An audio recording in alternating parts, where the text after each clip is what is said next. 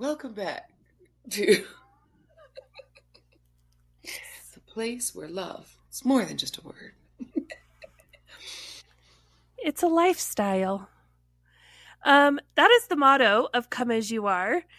And so today, very appropriately, given that tomorrow is Valentine's Day, we are going to talk about what we did in February of 2019. We put on a daddy-daughter dance, which we haven't really discussed in this podcast, but this had become a staple every February. As kind of a competition to another church's daddy-daughter dance, but they charged money, and that's just evil. And so we did our own thing, of course.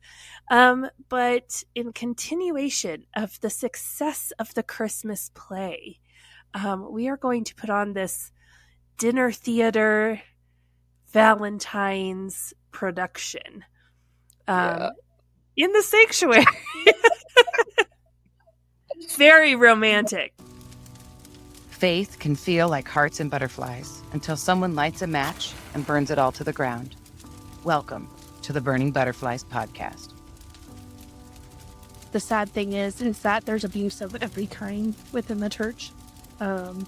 But the spiritual abuse is the stuff that just What's a place there shouldn't be abuse? Like, there just shouldn't be abuse in a place that claims to. Well, it ruins your soul.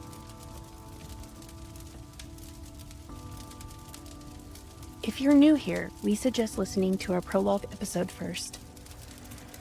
This is the story of two women's journey through toxic church culture and spiritual abuse, all while finding healing in the end. Sometimes it's just the facts, and if you get offended by it, that's a you issue. And if we can't be mature enough to have these conversations, even if some of the topics are difficult, then shame on us.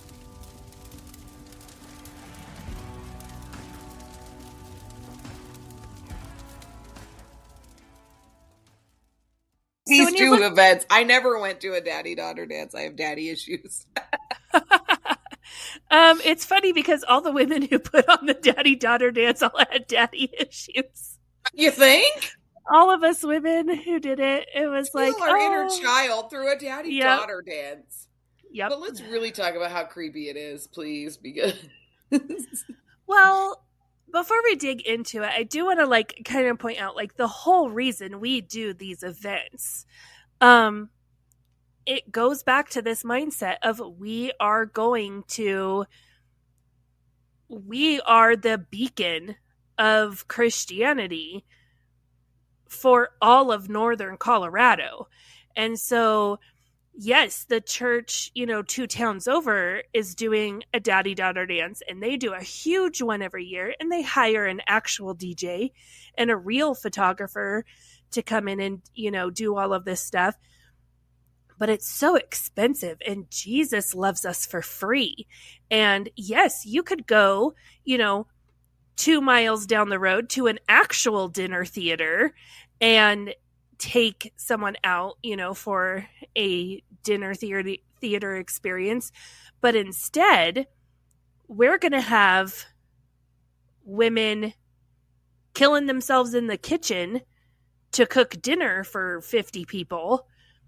And we're going to have our theater ministry put on a show in the sanctuary, and all of it is free. And so, yes, it's free for the community to come in, but people are having to pay for this because the church isn't paying for any of this stuff. No. And so it's all this mindset of, like you said, it's this, we're trying to draw in the unchurched. We are here to show them the love of Jesus because they've never experienced this before. Yeah, I decided we should change the motto. Like the motto of Come As You Are. Maybe they can keep theirs at the real church, but for Come As You Are, the motto's going to be love bombing, where it's more than just a word. It's a lifestyle. Yes, because you come in to any of it. I mean, the Easter egg hunt or, anything that we did, that we promoted to the community, and everything we did was, you come to us. We're doing amazing. We weren't going into the community. We weren't partnering with community groups who are already doing good and like helping them. We weren't going into the schools or anything like that. Yeah. No, you come to us.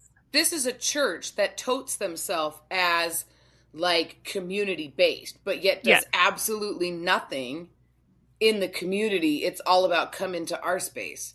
And you mentioned like this whole, like, we've talked about the evangelical church as a whole preying upon disenfranchised people, but we've not really dove into the topic of specifically for Tom, the propaganda was reaching the unchurched.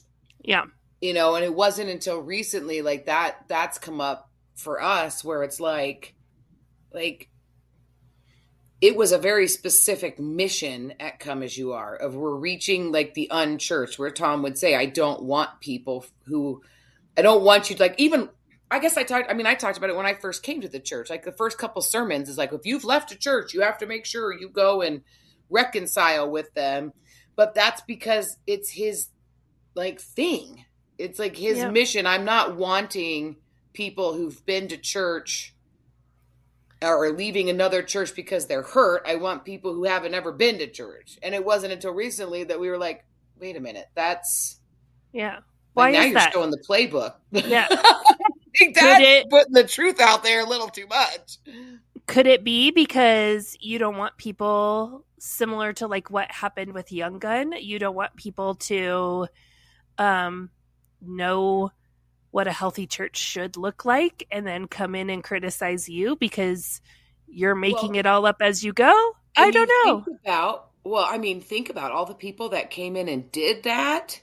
They would hit such a wall of adversity against Tom. They would leave. Mm-hmm. And then you think about the people who would leave, like, because we've asked that question, why did we walk in and why did we stay? Yeah. I mean, because technically, like, if you think about it, like we were all pretty much unchurched, because you think about the people that did come in who said those things that they would leave. They would either get in huge fights with Tom and then leave, or they recognized like this is not okay and they would leave, but they never told anybody, right? Mm-hmm. But then you had Chimney who came in. He fought with Tom left and right. He just refused to leave. Mm-hmm. So, oh my gosh. Okay. We talk about that on Patreon. Okay. Talking about it on Patreon. Woo! Yes.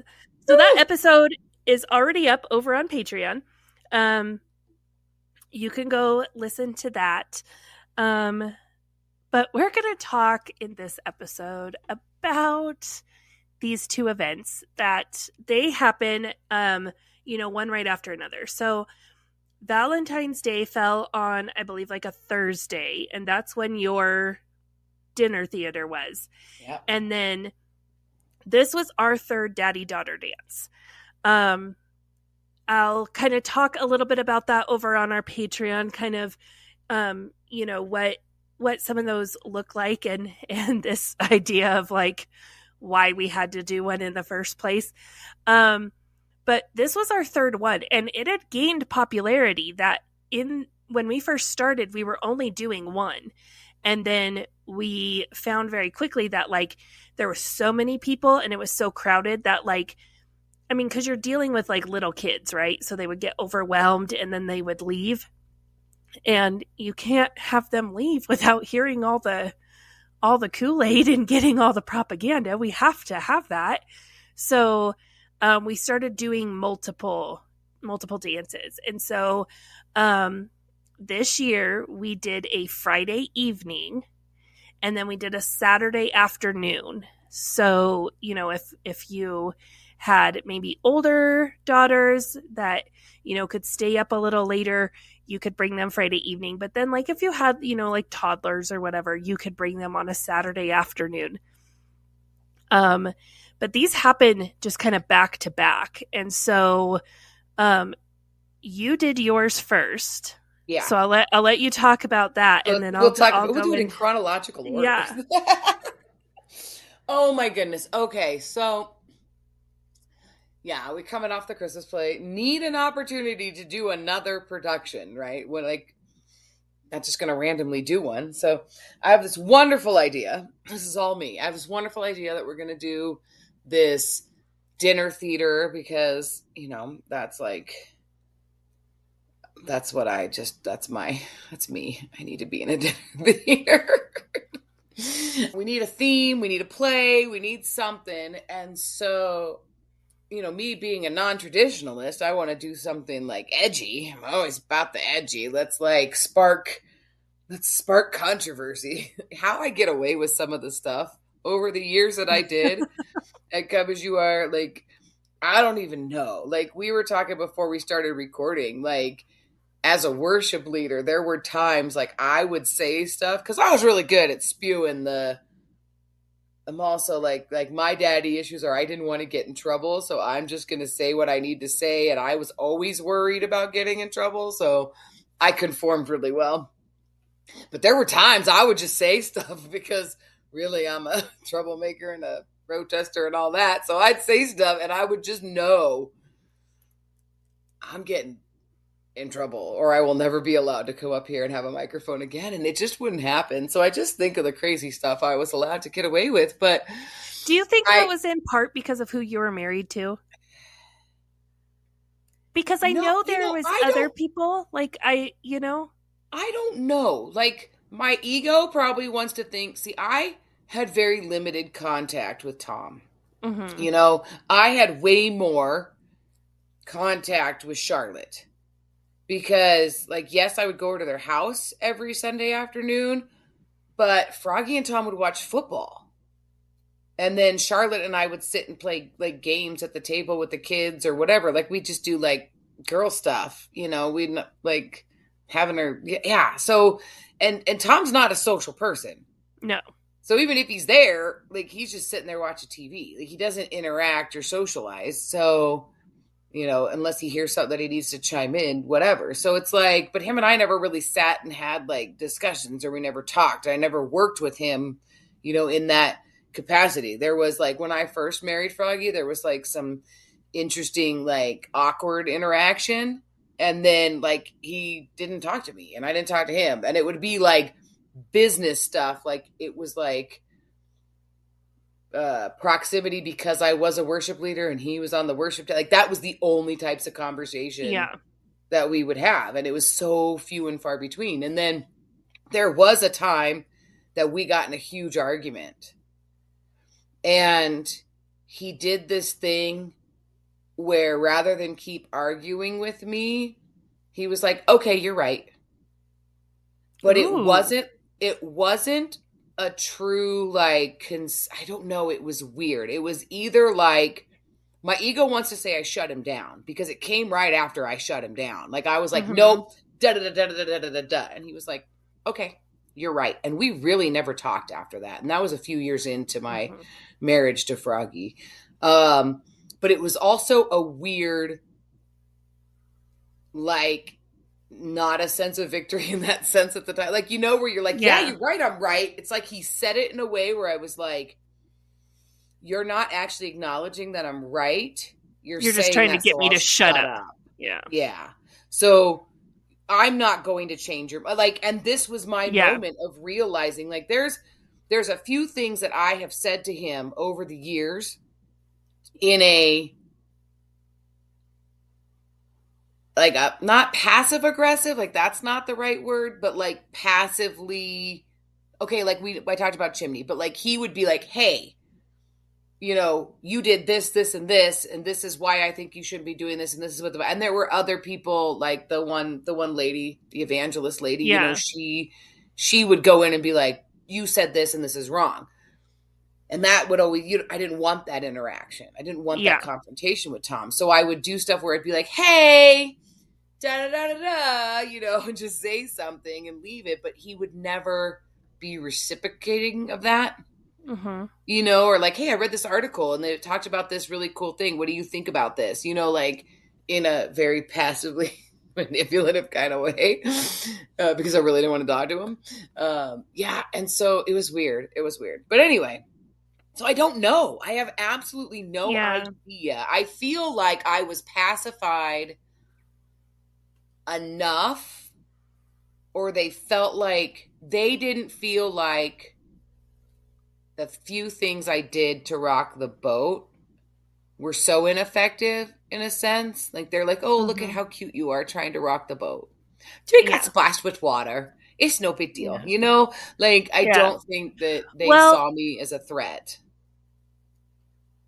or I think they saw you as too big of one because of what was going on in your home and because of how loudly you speak out against things. Did they think Oh, just she keep could Melissa happy. keep her happy so she'll stay quiet Yeah, that's what it about is. Froggy? Because look what So happened. I don't Oh, think they yeah. yes, and spill all the beans. Yeah. Wow. Yeah. Okay. So back to this production. So I decide that we should do, because it's got to be short. Like it just has to be like just a quick little. We're not the dinner theater down the road. So, my experience of actors that I'm working with and this volunteer, you get what you pay for. Yeah. So we're going to do this quick little one act, something real short. So I'm looking for things on, like, there's the Glass Menagerie, which is like so overdone, but it's such a traditional like story about love, because I'm looking for plays on love, and you have like the woman who sacrifices her most prized possession to give her husband a gift, and the husband who ends up sacrificing his greatest possession, for her, and then the play ends and it's like, okay, but neither of them can now use what they got because they got rid of the thing that they got the gift for, right? So Yeah.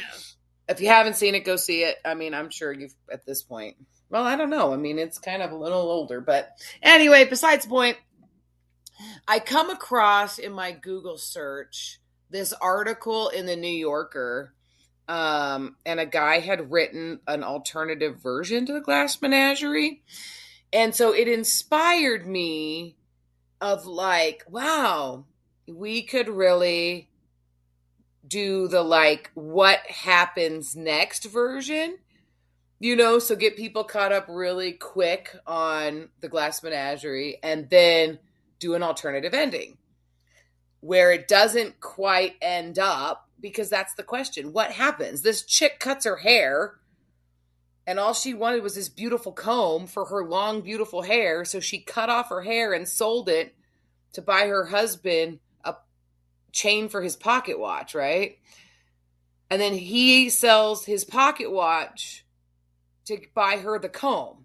Mm-hmm. So he has a chain and no pocket watch at the end, and she has no hair and a comb, right? And so, apropos to my life, fairy tale don't always end up being a fairy tale, and Yeah. life is disappointing. Sometimes you marry the dragon and not Prince Charming. Yeah. I hate to refer to him as a dragon. I actually like dragons. Sometimes you I marry know. the ogre. There you go. That's better. There you go. Yeah. Sorry, Shrek. But yeah, like I was like, that's great. So totally inspired, by this. It was not appropriate for church what this guy had written, so I couldn't use it. I had to like be inspired by it and to create my own thing and write my own thing. So we did that. And because it's real, like that's life. You have these ideas of how things are going to work out. And I didn't realize at the time how much I was actually, this is where it gets weird. I didn't realize how much I was actually speaking out against the situation that I was in, and sense of like, you promised me Jesus, and what you gave me, Yeah. Was nothing more than, mental health bills. Yeah. And what I got was a huge payment to a therapist.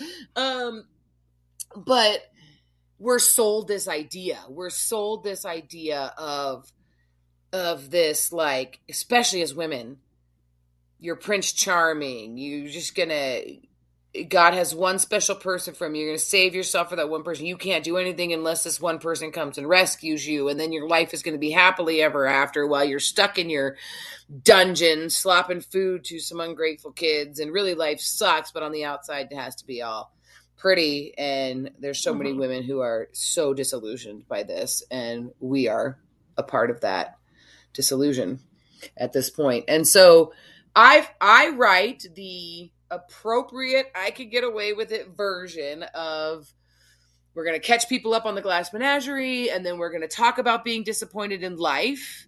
And yes, it was about marriage, and yes, it's a Valentine's Day dinner for couples. And so I do understand that that's not going to land very well, because people want to leave feeling good and living in the fairy tale, right? Like, I understand that. So I devise a beautiful plan.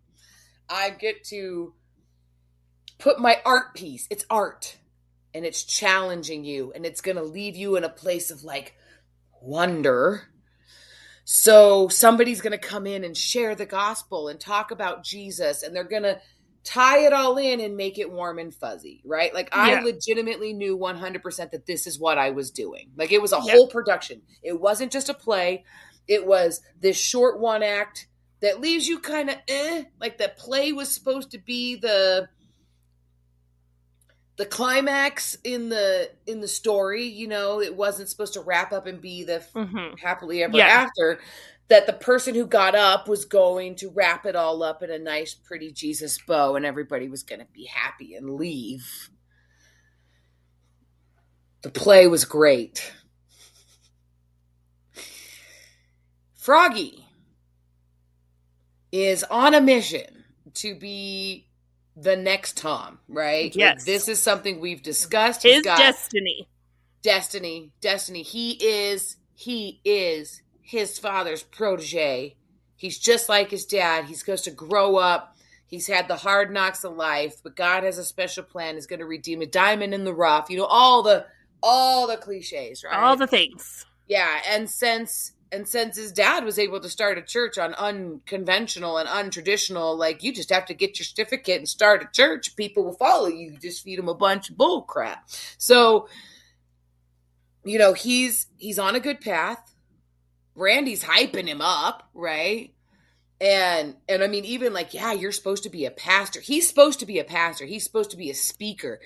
We know he can act. He loves the stage. I mean, he really is very, very talented. I will give him that every night and day. He's very artistic. He's very creative. It's unfortunate that he was raised in a house of complete logic and no value on mental health whatsoever, because he would be phenomenal if he was just doing the stuff. He was allowed to do the stuff he loved to do. Be great, other than the bad stuff he loves to do. A little too much. But anyway, so he is going to be the pastor. I don't know why I'm making air quotes. I'm sorry, people. There's no video to this. Okay, so for our listeners, you know, put air quotes in your mind around the word pastor. He's supposed to be this pastor, and so this is going to be his opportunity to shine. He's going to prove to Daddy. Yep. We talk about this. Like, he's like, it's my time. This is my time. I'm going to give this message. Like, he took it seriously in word. He did absolutely nothing to prepare. Like, we had meetings. Like, I'd be like, hey, like, and he'd be like, so, you know, what's this? So we talked about the play and how it's supposed to connect to, like, yeah, there's a little bit of disappointment in life, but, you know, Jesus is the answer and he'll never disappoint you. And, like, you have to tie it into the play. And I'm like, do you want me to write something? He's like, no, I've got it. And, like, we sat down and had conversations multiple times about this. I cast the vision in my head of what needed to be done. The play went off without a hitch. The man gets up and he bumbles through saying stuff. Like, he got up and was like, yeah, I have no idea. Like, I was standing in the sound booth and I was furious. Like, I was so angry, and like, he just got up and bumbled his way through nonsense.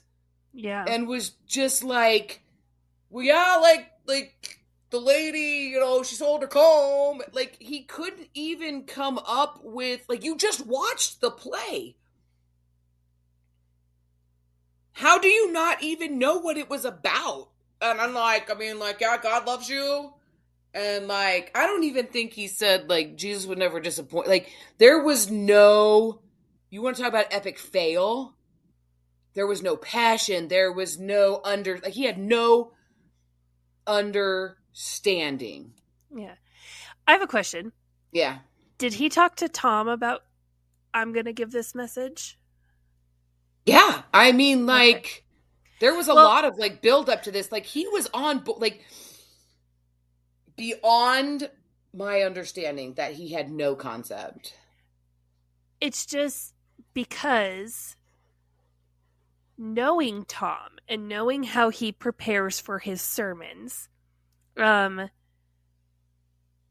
mean his inspiration from God? Yeah, so that is cut and paste? Yeah, we all know that Tom does not write his own sermons. He gets them cut from a paste. kid. Print. Yeah. Print and print. Yeah.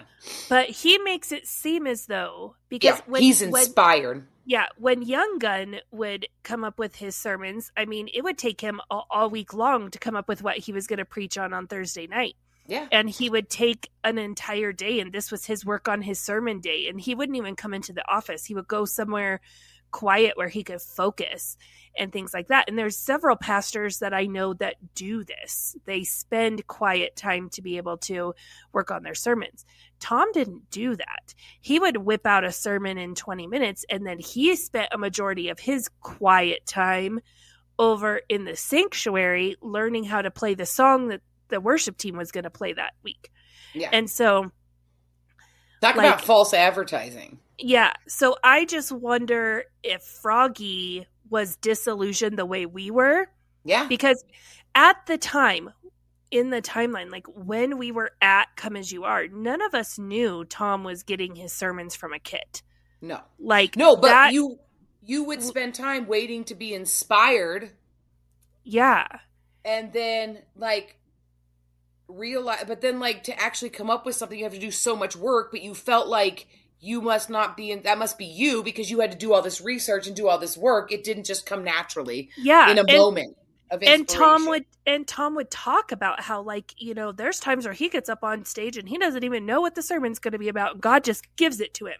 Yep. And so I wonder if that's what Froggy was expecting to happen. That's what I think. I think 100%, because how much did you struggle with that? How much did I struggle with that? Oh, yeah.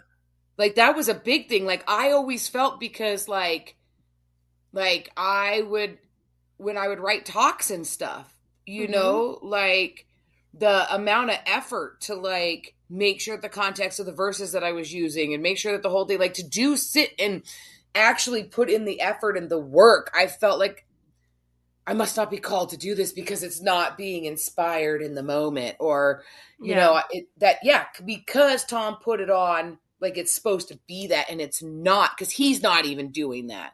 It's really easy to be inspired when your sermon's being written in a book that you just copy and paste. Like, so yeah, I'm sure I'm 100% sure that that's what it was. Yeah. But to sit there and like, that means you didn't listen to me. You didn't understand anything that I was saying anytime that we talked, and you just said, oh yeah, I get it. Like, you fed into it.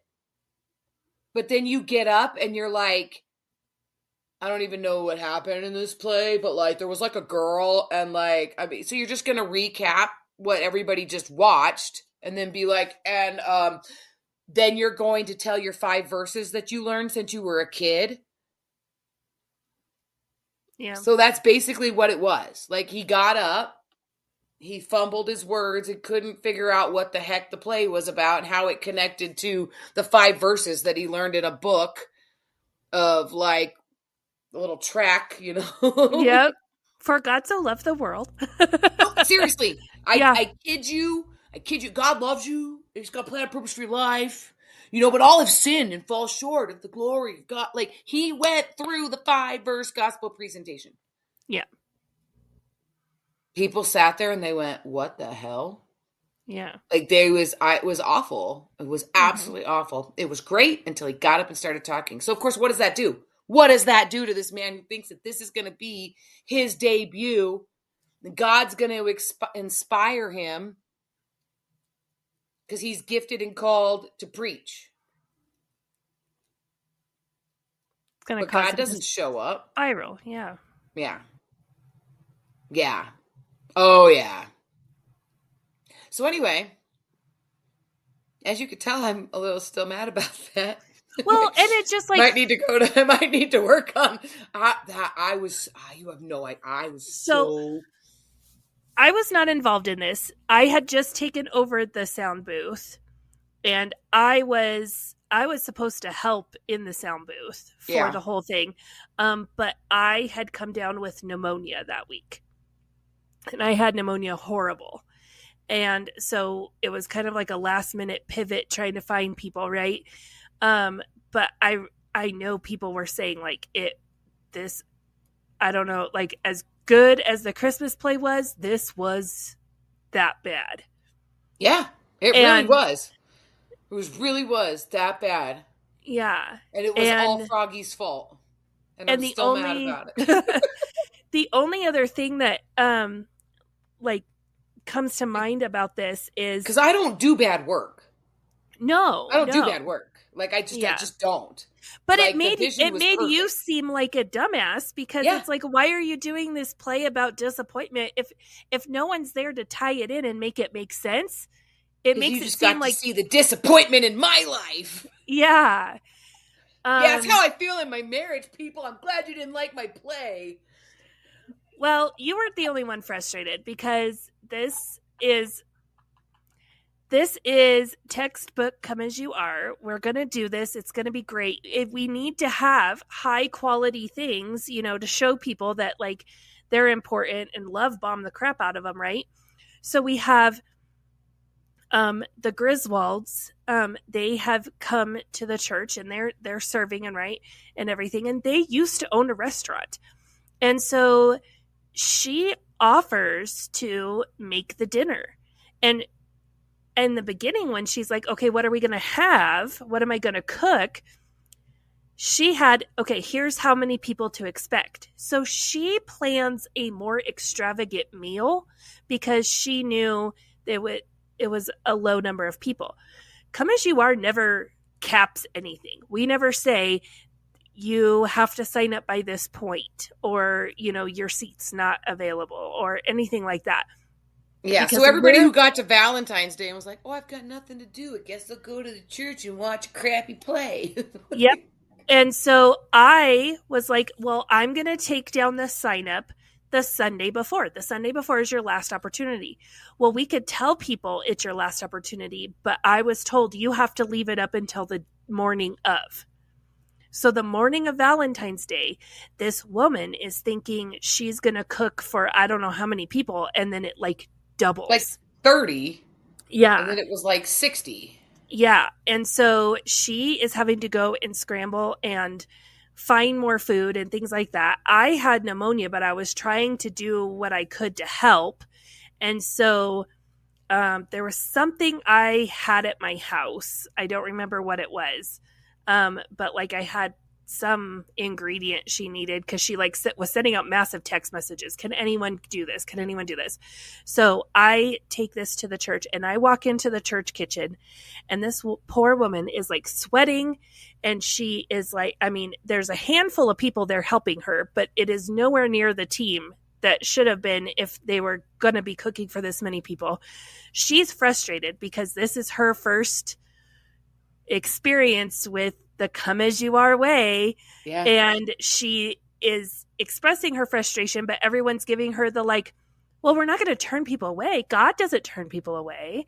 And so like we're gaslighting this woman into like thinking like your frustration, there's something wrong with you if you're frustrated. There's something wrong with you because you're frustrated.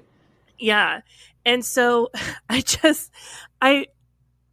don't think as long as I live, I'll get rid of this image of this poor woman sweating, almost in tears, overwhelmed. And she has a mallet.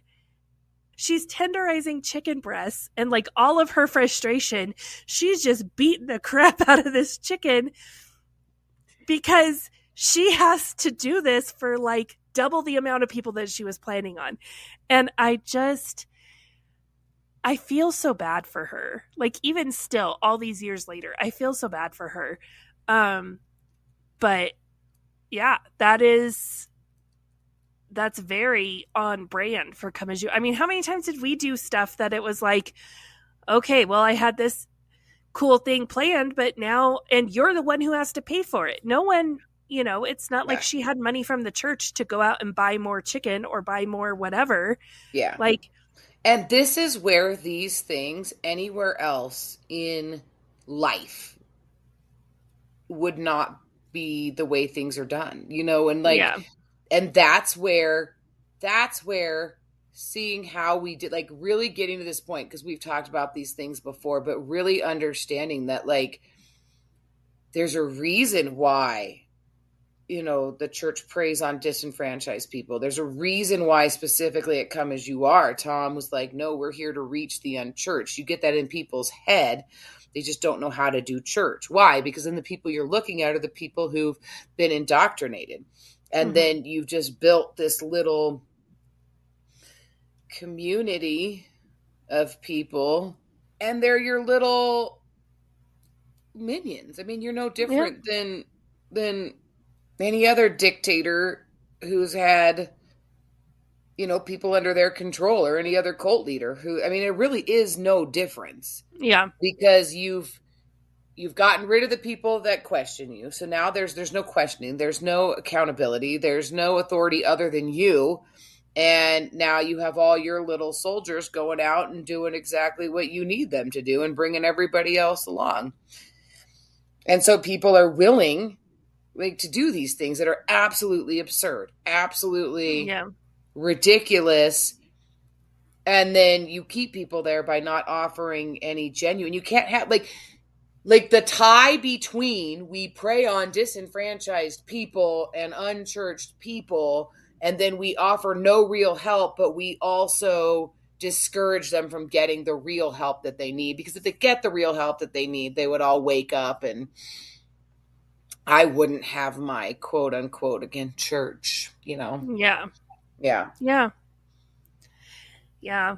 So did the theater ministry continue after that, or was that no, like, okay, absolutely we're done? Not. Nope. We're lucky my marriage should have ended that moment. Like that, like I kid you not. I just went to hell and back for this man, and you're going to get up and annihilate my, like, I know this sound, I'm saying it and I know how ridiculous it sounds, but this was a huge turning point in our marriage.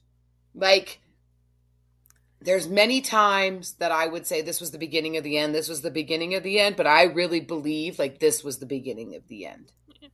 Well, and this I imagine changed me. It doesn't have anything to do with the fact that it's not the play. It's the fact that he didn't listen to you. He didn't care enough about what you were excited about, what you felt like God was leading you to do, what your vision was. He didn't care about any of that. Well, and like, honestly, like, I know that's, I don't know, that's weird because, like, I don't resonate with any of that. I can see how Yeah. for many women that might be the case. And I'm not disagreeing with you because that's probably a layer that's in it. But this was like, you want the very first moment that the veil was taken back and I saw the absolute truth of the situation that I was in, but had absolutely no idea what I was looking at. This was the moment. Yeah. This was the moment where all of the garbage that I had been fed, that you and I are soulmates, you and I are on the same page, you and I have the same, like, our destiny is to be this power couple for the kingdom of God. And we're going to do that through all of these things that just happen to be the things that I am gifted and talented in. Like, how perfect. And then you have this man who is actually gifted and talented in these same things. But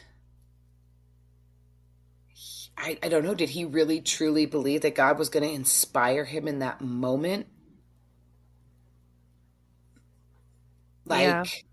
And it didn't happen. Like, this is, we're talking about, and a lot of this I'm realizing as I'm sharing this. Yeah. Because I've never said before that, like, I have other moments. As we keep going, I'll be like, this is the moment.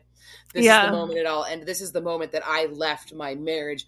But this isn't the moment. I'm not going to say this is the moment I left my marriage. But this moment, I didn't know what I was looking at. Yeah. But this is the moment that I saw absolute truth in the situation that I was really in. Now that I look back and now that I think about all the things that are going to take place in my life after this is the moment. Because I can't go back any further because I've never said that before. Yeah. Like, we're in the timeline and I'm telling you right now, like, something changed within me. And yes, I mean, there was probably a lot of disappointment in the relationship side, but because my love and my absolute passion is the theater, this broke something in me. Yeah. With that relationship. So all those things you said apply more to maybe my relationship with the theater than they did to my relationship with Froggy, which is why I'm not disagreeing with you. And I think it's a very good insight.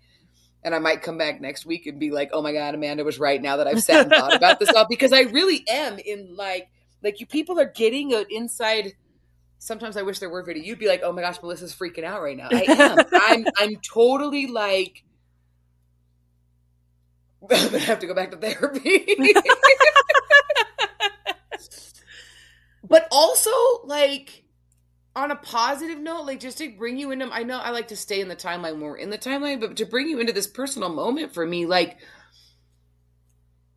I have loved the theater and performing since I was able to understand that I had a love of anything. Like, it's the one thing. When I was a kid, my dad was a piano player. I'd stand next to the piano and he would just let me sing and he'd hit the notes until, like, he was a vocal coach without knowing he was a vocal coach, right? And he would play whatever I asked and I could just sing. And they didn't get mad at me when I tap danced on the slate floor. Like, I would get in trouble, but he would also, for being such a strict disciplinarian, he would let it slide just a little bit. My mom, if she knew I tap danced on the slate floor, but it was so perfect for tapping. And like, I would perform, like, I was grounded a lot, and so my whole world was this imaginary world of, like, I put on shows. And when I played dolls, I didn't play like house with my dolls. I set them up and we had photo shoots and they would put on productions. Like, this is my very core. And just recently, I was like, I haven't even done anything. This is the first time in my life when I left Come As You Are that I haven't done anything with theater or production or performing or any of it. And it's been 3 years. And I finally decided this year that I'm going to do it again. And I was actually inspired by an interview with Ariana Grande, because she said in an interview I saw, because Wicked, came out so popular. And she said the moment that she found out that they were going to be auditioning for Wiccan, that they were going to bring it to the motion picture and they were going to have auditions. The moment she found out, she looked at her team. She was on tour and she said, we have to start now. She goes, I need my vocal coach. I need all of it. Like, she was like, I need all of my resources and I need to start preparing myself to audition for Wiccan. Blew my mind. You would just think Ariana Grande walked in the room. She's a performer. She's in the middle of a tour. She's singing. She's dancing. That she would just be like, I'm Ariana Grande and I'm going to go audition. Yeah. Like, it blew my mind that she put herself on prepare for the audition. Yeah. Because musical theater is something totally different than being a pop star. Like, it is totally different night and day. But that interview inspired me and I was like, oh my goodness, could I audition tomorrow? No, I have to be audition ready. And so I'm like, what do I need? And so it's interesting that we are talking about this in the timeline. Like, this is what I love about doing this podcast, because I know people reach out to us and they say, hey, your podcast is helping me go get through what I've gone through and helping me understand what I've been through. Yeah. It's helping me understand what I've been through. And I just, God works in great and amazing and mysterious ways. And you know, this is where we say, I don't want to throw the baby out with the bathwater, because as I'm reconnecting with my theater self, and I'm like, by the end of summer, I want to audition for something. You know, even if I don't get it, but I want to be ready and willing, and I want to pursue theater as my hobby. I want to be ready to do that. As I'm preparing to do that, we now are recording this episode talking about the moment where I really feel like it all went away for me. Like, where it hurt me so bad that I left my love and my passion for theater. Yeah. And so despite like what it did I will say it was a catalyst in my marriage. Like, my marriage changed after that point, and you'll start to see that as we move forward in the timeline. But, you know, worse than that, my passion and my desire for theater like was broken. Yeah. But just across the hall, like, there's little girls dancing with their daddies. Sorry, I gave you this long dissertation. No, so good. This is what this is. Like, this is where, when we say we're not coming at you like we've got it all figured out, you're along in the journey with us. And I probably will go to therapy and work all this out because I'm going to cry. Well, and it's kind of like what we brought up at the beginning of, you know, we do such a disservice to women in these organizations, is we force women to put themselves in a box for the men in their lives. And you know, you kind of made a joke like, oh, you're healing your inner child by these daddy-daughter dances, but like 100%, like you said that, and I was like, oh, that stung a little, because that's exactly what we were doing. Because I look at all the women who participated in putting on the daddy-daughter dance, none of them had a solid relationship with their dads. No, and even to the point where, like, one point, because what you just said is like, we convince women that they have to be in this box that is controlled by, now you are not your own person. You are now your husband's wife. Yeah. And you have to fit that mold. We start that grooming with little girls. Yeah. Right. Because, and even these daddy-daughter dances, but also like, well, Go ahead. Why couldn't it have been you to get up and tie everything together? Right. Why was that even not an option? Why was that not even a thought? Why did it have to be a guy? Because we are supposed to be one, to become one. And this is we have found our thing. Like, the play was, we did this play. and Froggy was the main character. He acted amazingly. Yeah. So what is he gonna do if I'm so successful in what I do and there's no, like, I guess he would have just been an actor he has to be the lead character. Yeah. But like when you talk about these daddy daughter dances, you think about something that would happen, like what they morphed into is now you have, I always thought this was odd because you'd see pictures, because I never went to one, but you would then see pictures and then you'd have like certain wives there. And the thing became, well, I'm a daughter of God, so I can go to the daddy Yes. daughter dance. Like, and it was just weird to me. Yeah. So on one hand, we're grooming children, and on the other hand, we have these women who now have to heal their relationship with their dad by having a daddy daughter. I'm dancing with my heavenly father. Or can you just not let your husband leave? I don't understand. Like, I don't. Okay, go ahead. Yeah. No, 100%. 100%.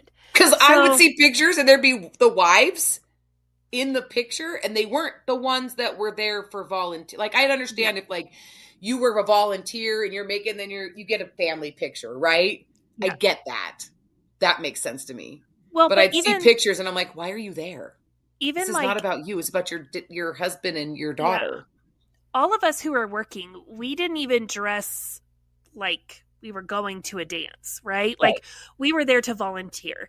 And of course, we can't have a DJ. So, we have people running, off of a playlist and everything like that. And one of the things I had gotten in trouble for over the years was we didn't do a full Christian playlist. I played secular songs.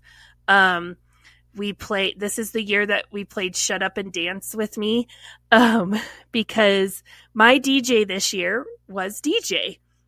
So Steven DJ, DJ came and she was our DJ, and her and I put together a playlist, and it was like, she did a phenomenal job. I say we, like I had a little bit of input, but I mean, she really just kind of ran with it. Right.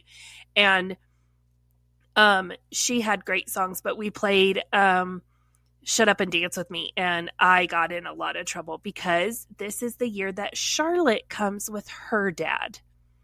So Charlotte shows up with her dad. Yeah, and Charlotte's mom had to show up too. Yes. And that's one of those ladies there. I'm like, why are you there? Like, why? And you're not a daddy and you're not a daughter. Here's the thing. Like, there was a woman who came with her dad, and she was an adult woman, and she came with her dad, and it was beautiful because of their relationship. And they didn't come with another agenda. It was simply this dad and his daughter wanted to enjoy a night out. They came, they danced a little. They didn't stay the whole time. They didn't participate. I mean, like, we had activities, like we did a thing where, like, you blindfold the girls and then you set dads in a chair and they have to like feel the dad's face to like see like which dad is my dad, and so you had girls like trying to like feel for mustaches or like pulling beards to see how long they were, and like they didn't participate in the things like that, right? No, I think that's great. Like, there shouldn't be an age limit. yeah so you had stuff like that, and it was beautiful to watch, right? But then you have Charlotte and her dad show up, and they are going around and they are pouring the Kool-Aid. Where do you go to church? Do you have a church family? Oh, do you know the gospel? And they're, what you were hoping to have happen in your play, Charlotte and her dad are going around. So to lead up to this I had been the MC and the main kind of driving force with this. A lot of women had wanted daddy-daughter dances. And so when we were doing the family ministry, it kind of made sense, right? And so this is our third one, and I am sick. Like, I am so sick. And I kind of hand over the reins, and I'm like, okay, you're going to do, this person's going to be the MC, and, this person is in charge of decorating and all of this stuff, right? And Brandy is there, and she's kind of like helping, right? And she calls me and she's like, this is a disaster. Like, you need to come here. Like, people are fighting. This is awful. I didn't know that. Oh, Like, yeah. genuinely, I legit didn't know that. What? So we knew going in, because before we had these like beautiful rope lights, and we like took the lights from the sanctuary and moved them in and everything. And Beth Moore helped a lot with that. Well, Beth Moore's gone now, so we're trying to do things on our own, right?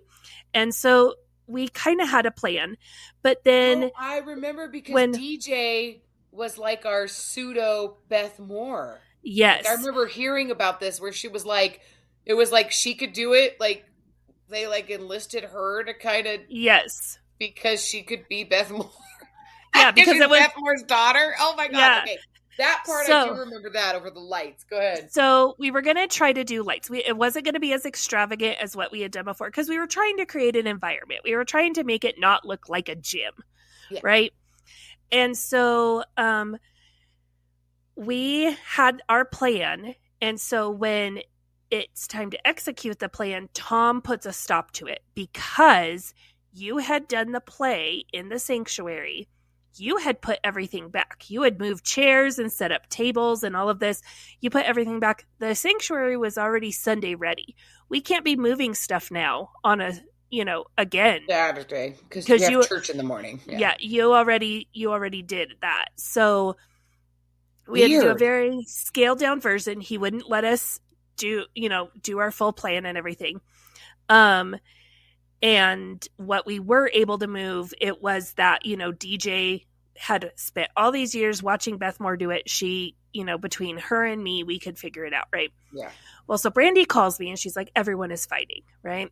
So we have themes. It's not just like, you're a princess or whatever. So we had themes. So this year was Your Daughter is Unique.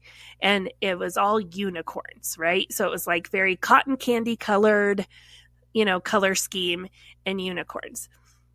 So the woman who was doing the decorating had bought gossamer, and she had bought this big inflatable unicorn and all of this stuff. And she's going to build this big entrance into the gym, right? And she had this whole plan of how things were going to go. And I said, you could do whatever you want. You cannot attach things to the fire sprinkler. And then on that wall leading into the gym was the fire panel. You cannot cover up the fire panel, right? It has to, and then the doorway into the riser room and all of that. You can't cover that up, because if there was an emergency, all of that needs to be easily accessible. I get that because I'm married to who I'm married to, and he would have walked in and been so mad. You know better. Yeah. So she is fighting with the woman who she built like the play sets. She helped with the play sets and the costumes. She did like the decorations for VBS and all of that. Very talented woman. She decorated the lobby for the Valentine's dinner. Well, she was very upset that we didn't want her Valentine's red and green and black decorations with the cotton candy unicorn pink stuff and purple and sky so blue. She's upset. So they're having an argument. The woman is like, well, you can't put the gossamer like this. And she has it like attached to the fire sprinkler and all of this. And like, it was just a nightmare. And then like the women on the cleanup team found out that woman, because she was in charge of crafts and she was going to have all this glitter. And they're like, we're not staying to vacuum all this glitter out of everywhere, out of the carpet in the class. Like we're not doing that. So it was like this whole argument. The beer ministry mom was in charge of snacks, and she was going to do like a cotton candy machine, and this other mom wanted to help, and she was like, I got it. And it was like a whole argument because like she didn't want anyone to help her. And like all these women are just trying to mend their inner child relationship. That's all with they're doing. That's all they're doing. It's free therapy. Well, it's not even free because they had to buy all the crap to do all the decorating and the snacks and everything. So it's a whole situation, right? So Brandy's there and she's trying to like be, like try to just like get everyone to focus. Like we're trying to set up, right? It's a Friday morning. This dance happens Friday night, right? Like, can we just power through? Okay. And so she calls me and she's like, I'm so sorry. I need you to come. You need to come down here. Like they're not listening. Like they're fighting. Like some women got pissed off and like left, and they were like, I'm not doing this anymore. I can't do this. The woman who was going to be the MC was like, I'm out. Y'all just figure it out yourselves. So I go down there. I feel like I'm dying. Like I can't breathe. Just walking into the church day from like you've got pneumonia, you can't show up and do sound for the play, like you're dying. Yes, literally. I am dying. I will put pictures over on our Patreon so you can see. Like I look horrid. I look awful. I feel terrible, and I have to like climb up on a ladder and take down gossamer because it's attached to the sprinkler heads, and I have to fix all of that. I have to go tell the lady doing crafts, like, look, you want to do glitter, you do glitter. You stay and you clean up the glitter. Because I'm not asking these women on the cleanup team to spend hours trying to get all the glitter out of this building when we have established this is a glitter-free building. Like, we don't have glitter anywhere. Children's ministry, decorations, nothing. It is a glitter-free building. It is like mice. Once it gets in, it's difficult to get it out. Like they're just always there, right? And so we're no glitter. So you want to have glitter? That's fine. You will stay and you will vacuum up every speck of glitter. That is on you. So you make your decision. And so then it's like, well, we don't have an MC. And DJ, as awesome as she was like, I don't know what you want. I don't know, like I was just planning on playing the music. I don't know. So I'm like, fine, F it, just whatever. And I get into the mode that I got into that, this is probably what perpetuates the like Amanda's bossy and Amanda has to be in charge and all of this, because I'm like, well, no one else is going to do it and it's going to be a disaster. And the only thing I'm thinking of is we have literally hundreds of little girls who are going to be coming to these dances on Friday night and Saturday afternoon, and we are going to ruin their experience because grown-ass women can't pull their crap together. And that's ridiculous. And that we shouldn't have something that affects these little girls because people don't know how to just frickin' suck it up and work together and frickin' love each other. Like, I was so mad. And so I'm like, fine, F it, I'll do it. So me hacking up a lung, having pneumonia, can barely talk well, I am the MC. And I like... So crazy. I mean, the women who were going to take pictures didn't want to take pictures anymore because they wanted to show up. They said they were going to come and take pictures because they wanted an excuse to come so they could watch their little 2-year-old dance with her daddy. That's what they wanted, right? And so they were like, well, we're going to take pictures. So then when I start talking to them about, okay, this is what all the pictures, well, no, I don't want to stand in the lobby and take pictures. Like, because we had like a photo booth set up. So you walk in, it's free. It has to be free. So we would take the dad's phone and we would take pictures of the dad and the daughter on the phone. We don't have to worry about how are we going to get them the pictures or anything like that. They have it. We made it stupid simple, right?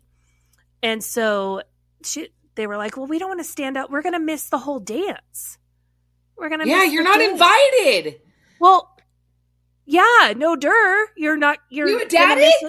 Yeah, like, so I have, God bless my children. The fact that my children have turned out as normal as they have, given all of the things I've put them through, is like, look at how resilient kids a are. testament. Yes, like, my boys took pictures. Yeah. So my boys and Brandy's boys are opening doors and, telling people where to go, taking their coats. They were, Brandy's boys were all about like being coat check guys. Oh. And they would like take the coats and have them all lined up and everything. Oh. And, but I mean, they had they had my cameras and they were like going around and taking pictures, and I stood in the lobby and I was taking pictures at the photo booth, and then I would like, okay, you're the photo booth person, I got to go in and, you know, run this little game that we're going to play or whatever, and then I'll come back out. And it was a nightmare. And by the end of the whole thing, I'm just like, why are we even doing this anymore? And we're killing ourselves, and people are mad, and people have quit serving and all of this stuff. And I'm like, for what? For what? So you could have a picture of your husband dressed up and your daughter in a dress. Like, I mean, like, just do that. Yeah, just do that and like all for free. Like, it was a nightmare. For free to you, but like you said earlier, like you made a very valid point. Like it costs a lot, and not just in money, but in people's mental health and in their psyche, their soul. They're like, I mean, yeah. Like, well, this is and damaging people. And I mean, this was kind of a turning point because remember, Brandy and I aren't supposed to be friends at this point. We're not supposed to be friends. But this made Brandy so mad because she told off a lot of these women. Like, Amanda's dying. She has pneumonia. She is on a ladder fixing the crap that you guys can't figure out. Wouldn't listen to her in the first place. And now she has to come and fix it because you guys get in a pissing match over who, you know, how to hang frickin' gossamer on a doorway. And like, and this is the loving Jesus vibe we're putting out. Yes. Like, we're creating an atmosphere of love. Well, and here I am. I barely have any. Oh my God. I like couldn't even bring myself to like make myself look presentable. Like my hair is up in like a greasy bun. You're like, I'm dying, literally. Like I put a little bit of makeup on, but like it's not a lot. I'm in like this bag. I'm in a maternity shirt, to be quite honest with you, because like I was like, I just like I feel awful and I just want something like baggy and comfy, and like I look terrible, and here I am like welcome. Jesus loves you. Welcome to Come As You Are. We're so happy to. I sound like Selma. Sound like the lady from like I sound like Marge Simpson's sisters, or like Roz from like Monsters Inc. And like it's awful. Yes, and definitely Abade. I'm gonna quit smoking. I'm hacking up a lung, and I'm running a fever of like 103, and I'm pounding Gatorades like they're nobody's business, and I'm like I'm dying. I'm physically dying, and after all of it, I get called into Tom's office and I get yelled at because we played the song Shut Up and Dance With Me. Because Tom never showed up to these things. Tom didn't want to bring his granddaughter or his daughter or anything like that. Tom wasn't doing that. But Charlotte went home and told Tom, Amanda played Shut Up and Dance With Me. And we had little girls in the church, in the house of the Lord, singing and dancing Shut Up. Ooh. What was I thinking? Quite honestly, I wasn't thinking anything because I was busy dying. Yeah. Like, if you don't like it, Charlotte, I guess you should have done it yourself, right? I mean, obviously God has called you to have an opinion about it, so maybe you should have volunteered and been in charge of the music. That was the last daddy-daughter dance that we did while I was there. But yeah. That's... Yeah. Just sit there serving the Lord. Yeah. Burning Butterflies is a listener-supported podcast. Today's episode was brought to you by our amazing supporters on Patreon. Follow the link in our show notes to learn how you can become a Patreon supporter too. Supporters get exclusive access to bonus content each month, including outtakes, cut content, and supporter-only episodes. If you've enjoyed this episode, please leave us a rating on your listening platform. Burning Butterflies is a production of Asha Media. Thank you for listening.